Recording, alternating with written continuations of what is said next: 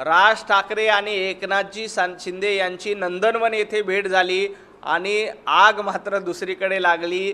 संजय राऊतांच्या भांडूपच्या नाक्यावर धूर निघायला लागला, कारण एकनाथजी शिंदे आणि राज ठाकरे हे दोघं भेटले की भांडूप नाक्यावर जळफळाट व्हायला लागली, कलानगरमध्ये जळफळाट व्हायला लागली।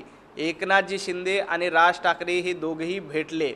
मी तुम्हाला याआधी देखील सांगितलं की उद्धवजी ठाकरे यांनी राज ठाकरे यांच्या पाठीमध्ये खंजीर खुपसला।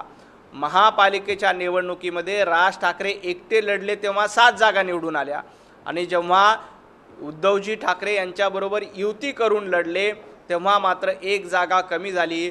याचा अर्थ उद्धवजी ठाकरे यांनी राज ठाकरे यांच्या पाठीमध्ये खंजीर खुपसला। मनसेचा केसानी गळा कापण्याचं काम महापालिकेच्या निवडणुकीमध्ये उभाटा गटाच्या माध्यमातून केलंय।